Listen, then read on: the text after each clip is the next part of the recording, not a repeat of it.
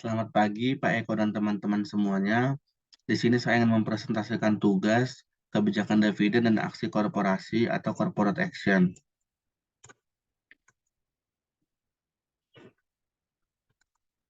Adapun materi yang ingin saya bahas, yang pertama sekali itu ialah pengertian dividen, yang kedua adalah pengertian kebijakan dividen, yang ketiga adalah aksi korporasi atau corporate action.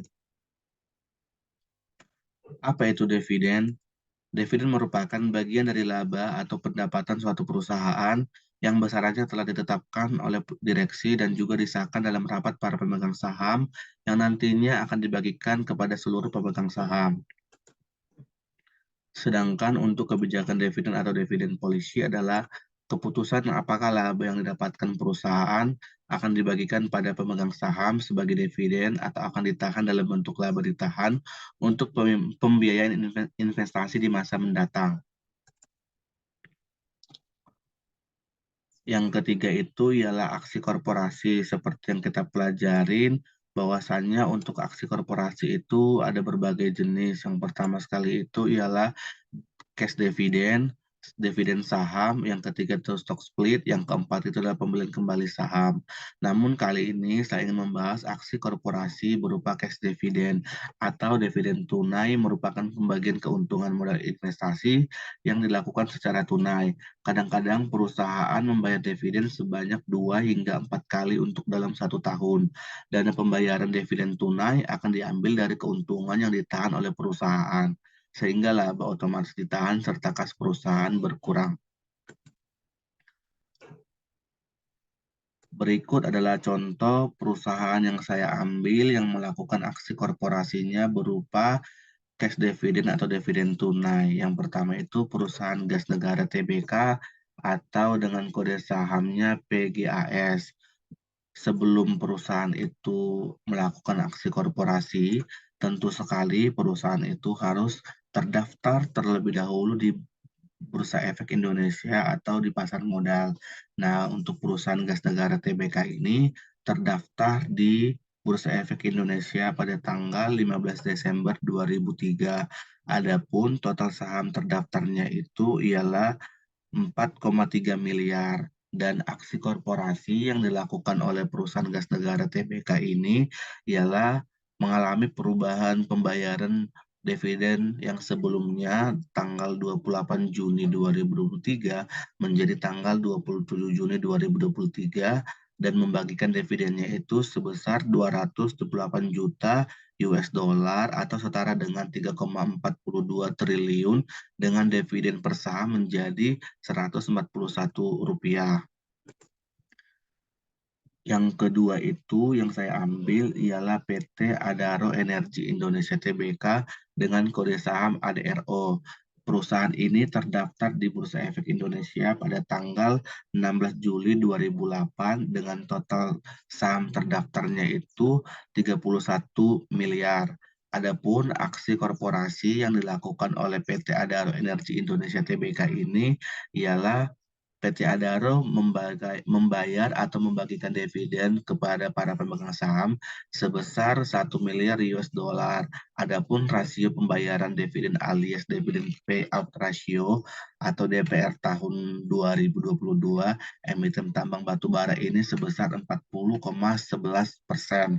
Ini termasuk dividen interim yang telah dibagikan pada Januari 2023 senilai 500 juta US dollar sehingga dividen final yang dibagikan Adaro kali ini sebesar 500 juta US dollar dengan tanggal pembayaran dividennya itu ialah 6 Juni 2023. Yang ketiga yang saya ambil ialah PT Bank Mega Tbk atau kode sahamnya itu Mega. Perusahaan ini terdaftar di Bursa Efek Indonesia pada tanggal 17 April tahun 2000 dan total saham terdaftarnya itu ialah 556 juta. Aksi korporasi yang dilakukan oleh PT Bank Mega ini melakukan pembagian dividen kepada para pemegang saham sebesar 69,9% dari laba bersih tahun 2022 senilai 2,8 triliun atau setara sebesar 241 per lembar saham dengan jadwal pembayarannya itu ialah tanggal 28 Maret 2023. Dan yang keempat ialah PT United Tractor atau TBK dengan kode saham UNTR.